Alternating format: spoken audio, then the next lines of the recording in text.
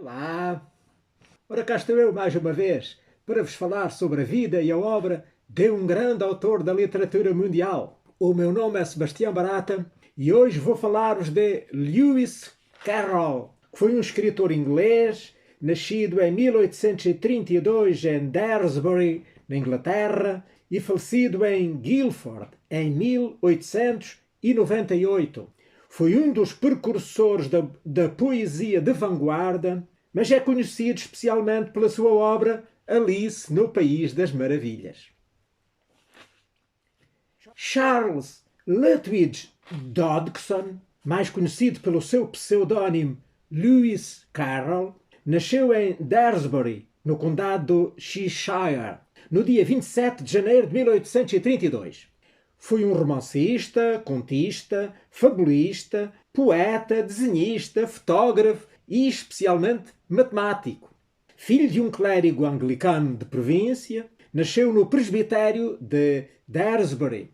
Desde criança, Charles Dodgson recebeu uma educação religiosa, pois o pai desejava vê-lo seguir a carreira eclesiástica, mas ele não estava minimamente interessado.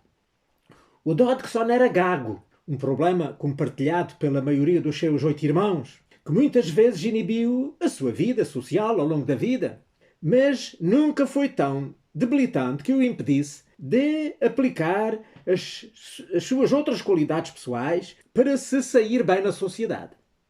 Na sua época, as pessoas costumavam inventar as suas próprias diversões e, quando era preciso cantar e recitar, o jovem Dodgson cantava a um nível aceitável e não tinha vergonha de o fazer diante de uma plateia. Também era adepto da mímica e da narrativa e, ao que se julga, muito bom em charadas. Quando era criança, Carroll brincava com marionetas e prestidigitação, também chamada magia ou ilusionismo, e durante a sua vida gostou de fazer passes de mágica, especialmente para as crianças. Gostava de modelar um ratinho doméstico com um lenço e de seguida fazê-lo pular misteriosamente com a mão. Ensinava as crianças a fazer barquinhos e pistolas de papel que estalavam ao serem vibradas no ar. Desde a sua infância, o Dodgson foi educado em casa. Aos 12 anos foi enviado para Richmond Grammar School, que agora faz parte da Richmond School, em Richmond, claro, no North Yorkshire. Em 1846, Dodgson ingressou na Rugby School, onde ele foi muito infeliz, porque era alvo das agressões dos mais velhos. Depois deixou o rugby no final de 1849 e matriculou-se na Universidade de Oxford em maio de 1850, na mesma faculdade onde o seu pai também tinha estudado, que era a Christ Church, mas só passou a ser residente em janeiro de 1851 porque não havia quartos disponíveis lá na faculdade. Ele estava em Oxford apenas há 2 dias quando recebeu uma ordem para voltar para casa porque a sua mãe morreu. Morreu com uma inflamação do cérebro, talvez uma meningite ou então um derrame cerebral, com 47 anos. A sua carreira académica oscilou entre fracassos e êxitos, porque o Dodgson era pouco trabalhador, mas era excepcionalmente talentoso e as suas conquistas eram, portanto, fáceis para ele. Destacou-se na área dos estudos clássicos e da matemática, ficando em primeiro lugar na Final Honor School of Mathematics, formando-se como bacharel em artes em 1854. O Dodgson permaneceu na Christ Church até à sua morte, dando aulas e desempenhando outras funções, incluindo a de subbibliotecário da biblioteca lá da Christ Church. Além das suas funções na faculdade, o Dodgson colaborou em revistas literárias, adotando o pseudónimo de Lewis Carroll, com o qual, portanto, passou a assinar a generalidade dos seus escritos, não técnicos, e que o tornou mundialmente conhecido.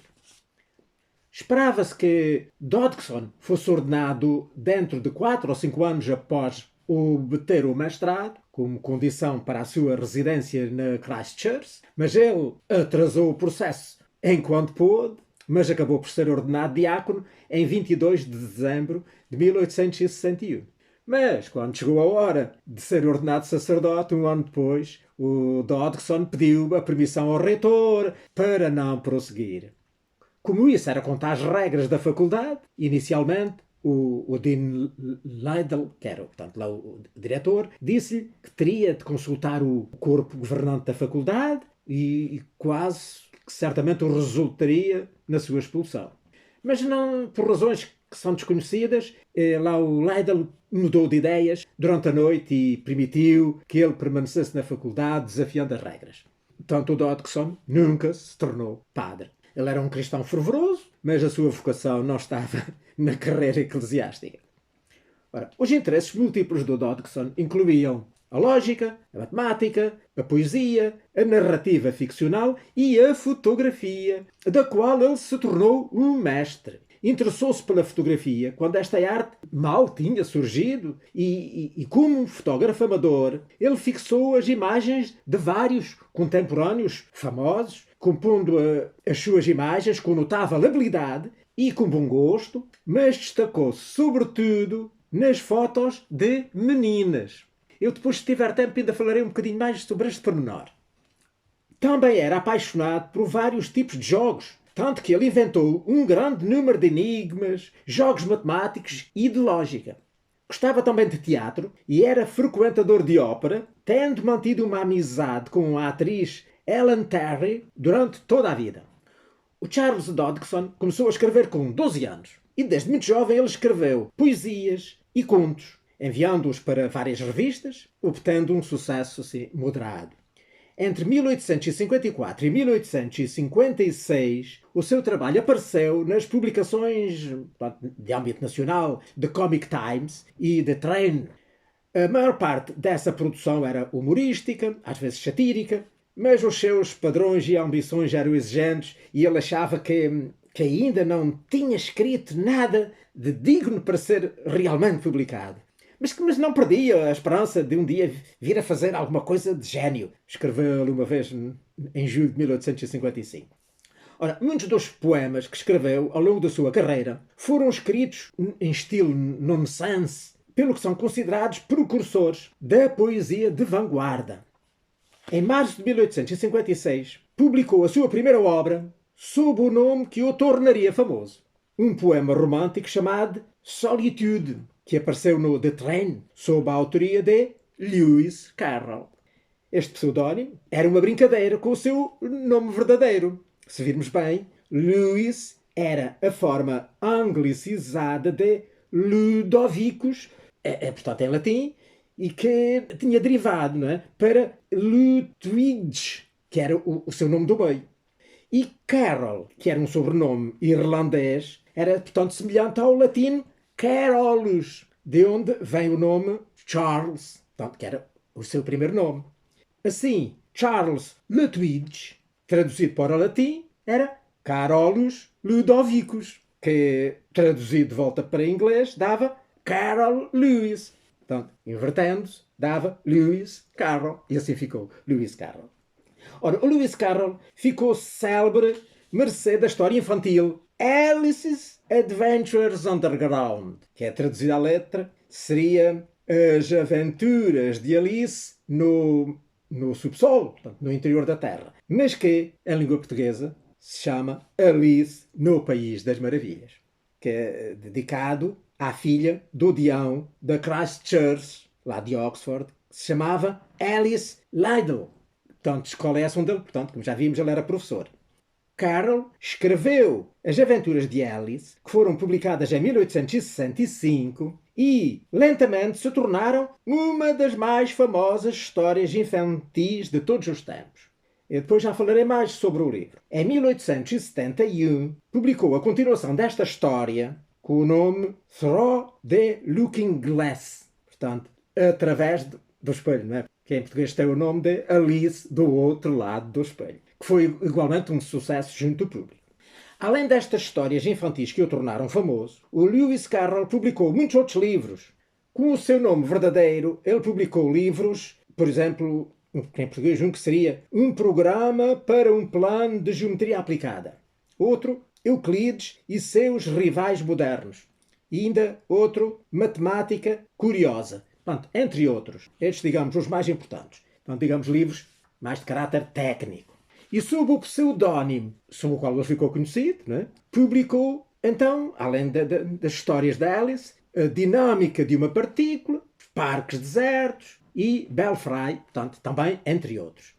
Escreveu as poesias de Hunting of the Snake, que em português significa O Caçador de Serpentes, e Phantasmagoria, que é fantasmagoria em português, onde ele introduziu uma forma original de versos que utilizava o sobrenatural e o absurdo como temas e o tal estilo nonsense que eu já falei, que o imortalizou, sobretudo naquele poema que em português seria Canção do Jardineiro Maluco. Lewis Carroll morreu repentinamente de pneumonia em 14 de janeiro de 1898. Ele encontra-se sepultado no cemitério de Guildford, no condado de Surrey, na Inglaterra. Ora bem, ele exerceu influências, nomeadamente, influenciou diversos escritores de fantasia do século XX, como, por exemplo, sim, para falando só de nomes muito conhecidos, a J.K. Rowling, que é, portanto, a autora do Harry Potter, a Beatrix Potter, do Pedrito Coelho, outro, por exemplo, o Philip Pullman. Lembra-se do autor daquela série dos reinos paralelos, né? O Reino do Norte, o Reino, etc. O famoso poema O Caçador de Serpentes, que eu já falei ali atrás, aparece no livro 11 da famosa série de livros do Lemony Snicket, que se chamou A Series of Unfortunate Events, que está publicado em Portugal, que já há uma quantidade de anos e não sei se ainda será fácil encontrar. Alguns são capazes já nem a ver nas livrarias, mas foi publicado em Portugal com o nome Uma Série de Desgraças. Uma quantidade de livros. Eles ao todo, acho que inicialmente eram uns 12, não sei se chegaram a ser todos publicados em Portugal. Outra influência foi na música, nomeadamente numa famosa canção dos Beatles, que é aquela I Am a Walrus. Provavelmente quem gosta de música conhece, que é uma música onde eles falam de vários animais, vários bichos e assim, e outras personagens e elementos que são característicos das obras do Lewis. Ora bem, então como prometi, eu iria falar agora então mais pormenorizadamente do Alice no País das Maravilhas. Portanto, a história de Alice no País das Maravilhas teve a sua origem no dia 4 de julho de 1862, quando o Dodgson, ou Carroll, como queiramos chamar-lhe, e um amigo da sua congregação religiosa fazia um passeio de barco no rio Tamise com as 3 filhas do deão Henry George Liddell, que era, portanto, lá o reitor, não é? Lá da Christ Church, de Oxford, onde ele dava aulas, que eram a Lorraine, que tinha 13 anos, a Alice, com 10, e a Edith, que tinha 8. A Alice, do seu nome completo, Alice Pleasance Liddell, era um dos seus modelos fotográficos preferidos, pediu-lhe para lhes contar uma história. E ele então começou a inventar ali uma história sobre uma menina chamada Alice, que tinha ido parar a um mundo fantástico, depois de cair lá na toca de um coelho. O que é certo é que lá a menina Alice, a verdadeira Alice, gostou tanto da história que lhe pediu que ele a escrevesse, passasse aquilo a escrito. Carroll atendeu o pedido da menina e em 1864 surpreendeu-a com um manuscrito chamado Alice's Adventures Underground. Está em português com o nome Alice no País das Maravilhas. Mais tarde, o Carroll decidiu então publicar o livro, porque várias pessoas achavam que o livro de facto era maravilhoso e que valia a pena ser editado, e então ele assim fez, mas resolveu aumentá-lo e acrescentou-lhe de 12.000 palavras para 35.000 palavras, acrescentando nomeadamente as cenas do gato de Cheshire e do chapeleiro. Pois, eu tenho aqui o livro, eu andei a lê-lo, ou relê-lo esta semana, e, portanto, não sei se todos o conhecem, é capaz de algumas pessoas não terem essa ideia. Também não sei se terei muito tempo para, assim, perder muito tempo a contar, mas eu direi que, portanto, a história é assim. A Alice tinha ido passear assim para o campo, à beira-rio, mais a irmã, estavam lá sentados a uma sombra, as duas sentadas, e a irmã estava a ler um livro, e a Alice, assim, que era mais novinha, não achava graça àquilo, o livro nem tinha imagens, nem tinha nada, aquele livro para ela não prestava para nada, e como estava calor, e assim começou a ficar um bocado de uma moleza, começou-lhe a dar um bocado o sono, e então, daí a pouco, o que é que aconteceu? Ela viu passar um coelho branco, a falar. Ai Jesus, o que é a caça da minha vida? Ai, desgraça minha. Um coelho a falar. Conversei. Depois o coelho puxou de um relógio do bolso, olhou para o relógio. Mas olha, o coelho está vestido e tem um relógio de bolso. Ela ficou ainda mais admirada. Então o coelho, quando olhou para o relógio, ainda começou a ir mais depressa, começou a correr. Ai Jesus, estou tão atrasado. E Alice resolveu levantar-se e ir a correr atrás do coelho. E depois viu o coelho meter-se assim para uma toca que está lá debaixo assim de uma moita. E ela meteu-se mais nas meias medidas. Foi atrás do coelho e meteu-se para tocar abaixo. E então mal entrou para dentro da toca, aquilo caiu num buraco profundo, aquilo descia. Mas aquilo era tudo muito estranho, porque ela parecia que descia em câmara lenta, muito lentamente. Mas aquilo que certo é que era um buraco tão fundo, nunca mais lá chegava. Até que finalmente lá chegou ao fundo. Mas depois chegou lá, já não via o coelho branco, estava ali só que estava numa sala, tinha uma mesinha no meio, e a mesa tinha lá uma chave de cima da mesa. E depois olhei à volta, não tinha portas nenhumas. Para que agora daqui saio? O buraco lá no mais alto que sei lá que é. Portas não havia. Mas depois começou a reparar bem, estava ali uma portinha muito pequenina, lá num canto. Fui lá espreitar à porta. A porta estava fechada. E também não cabia lá, né? Se calhar nem a cabeça cabia, quanto mais o corpo. Mas depois lembrou-se da chave, que estava acima da mesa. Ao lado da chave estava uma garrafinha, que antes ela nem a tinha visto. Se calhar nem lá estava ainda antes, não tenho certeza. E a garrafinha dizia, bebe-me. Está bem. Já que estamos com isso, parece tudo tão esquisito. Pegou na garrafa, bebeu aquilo. Mal bebeu aquilo, começou a diminuir. E então ficou de um tamanho capaz de passar na portinha. Mas tinha-se esquecido de apanhar a chave antes de diminuir. E agora ela...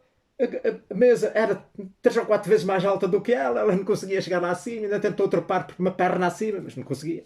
E aqui começou a aventura dela. Depois ela começou a chorar, e depois chorou. E depois, bem, não interessa, agora se vou perder aqui muito tempo, nunca mais daqui saio.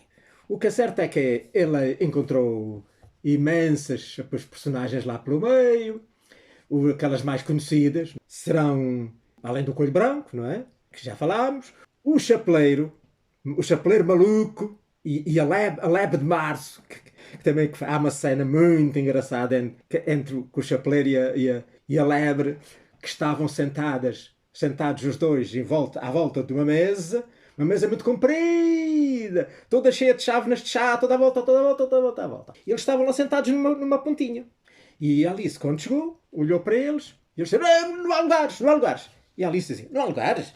Até se vocês estão aí na pontinha, aqui tantos lugares. Não há lugares. E então depois lá eles explicaram que aquilo, o relógio do chapeleiro tinha avariado. E então avariou precisamente na hora do chá. E então estava sempre a marcar a hora do chá. E então eles tinham que estar sempre a tomar o chá. Tomavam o chá e depois levantavam-se e iam para as chávenas do lado, outra vez a tomar o chá. E depois para as outras, então sempre a dar a volta, andavam sempre à volta. Por isso precisavam das chávenas todas. E depois a lista deles perguntou, até depois quando chegarem ao fim, como é que é? Tem que as lavar, não é?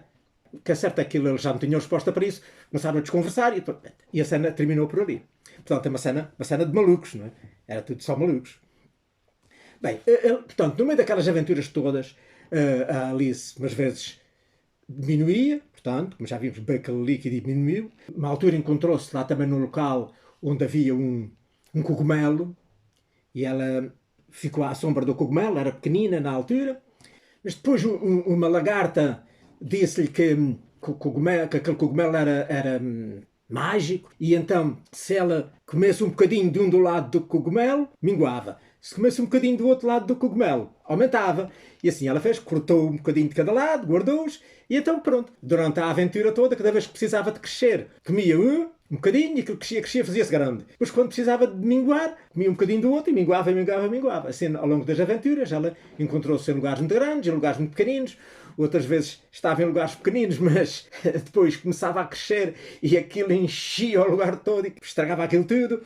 Depois aquilo, portanto, evoluiu, não vale a pena agora estar aqui com muitos contos, que depois leiam o livro e verão de facto a maravilha que é. E então, a certa altura, já que lá para o final, a rainha de copas, porque depois era um reino, era governado por uma rainha, ou por outra, era um reino que era um baralho de cartas, e a rainha era a rainha de copas, não é? E o rei de copas era o marido.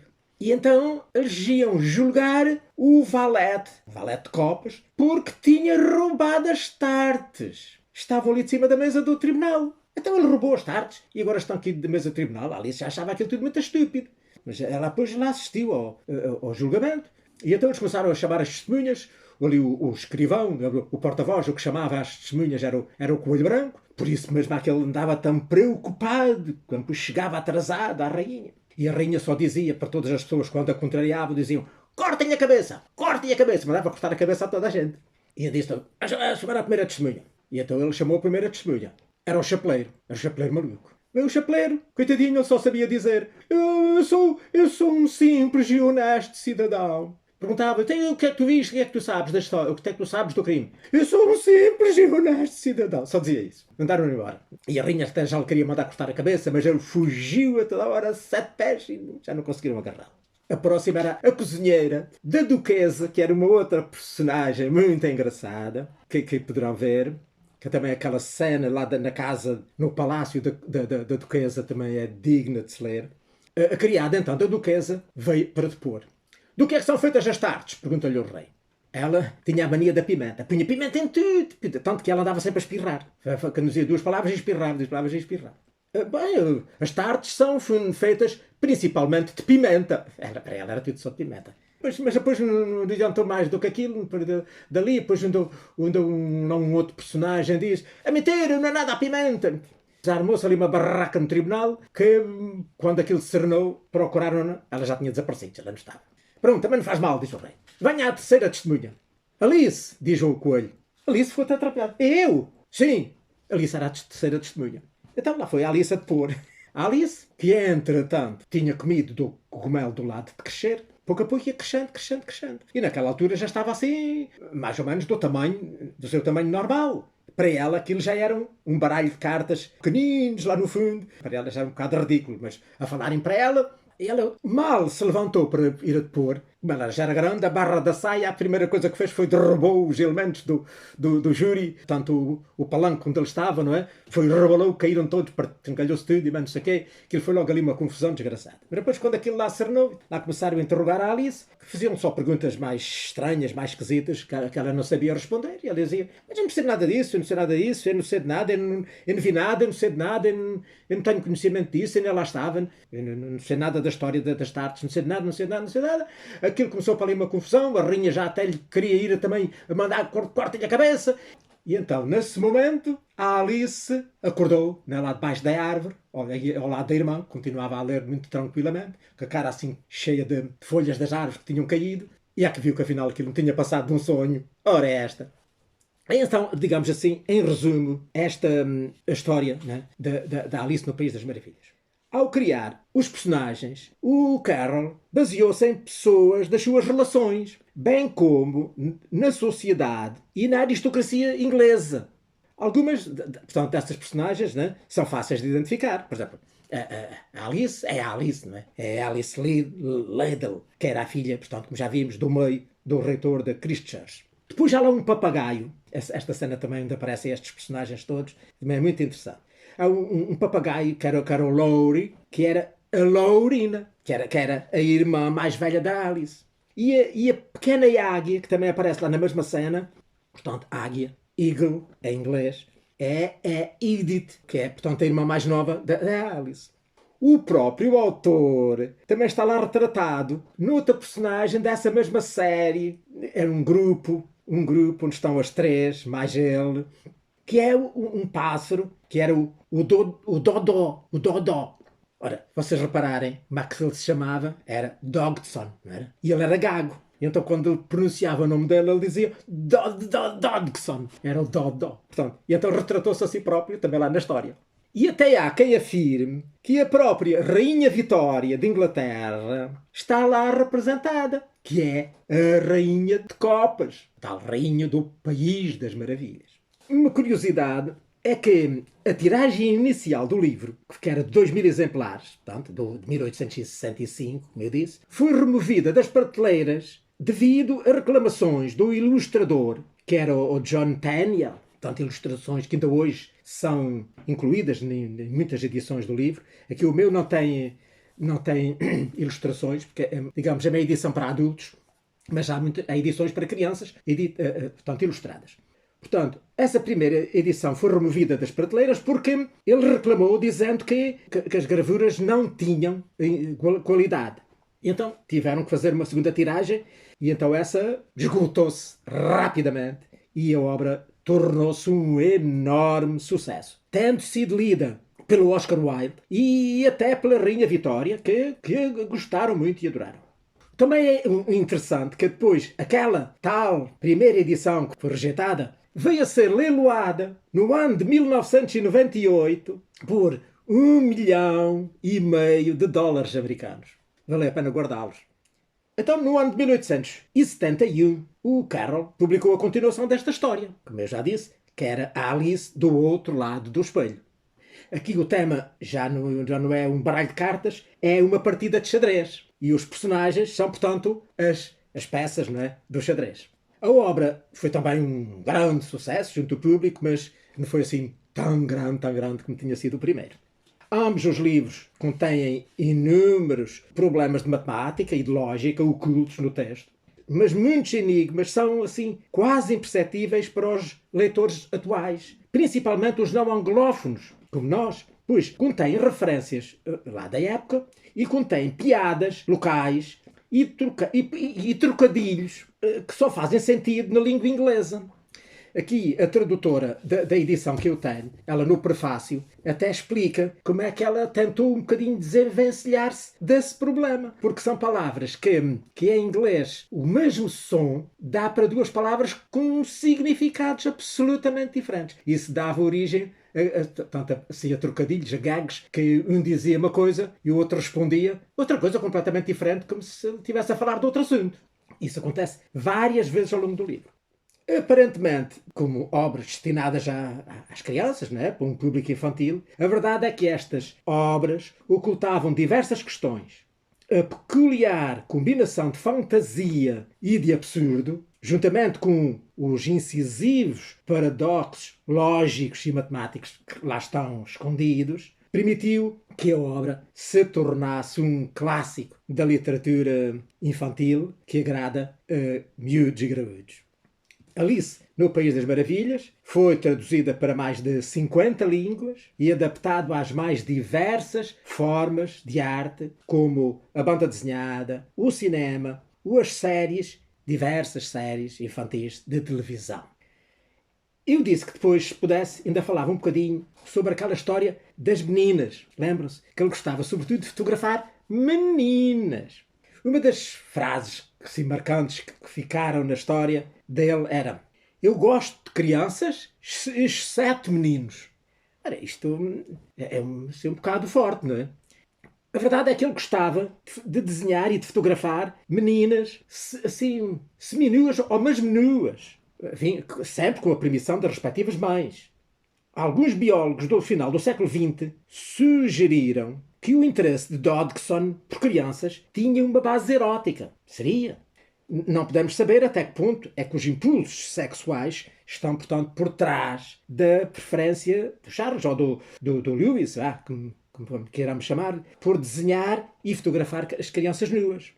Ele afirmava que era pura e simplesmente uma preferência inteiramente estética. Que as meninas, portanto, o corpo feminino era diferente do masculino, não é? Mas dado o seu apego emocional às meninas, é um bocado difícil, não é? Parece-nos um bocado ingênuo a desculpa, não é? Bem, mas uma coisa é certa.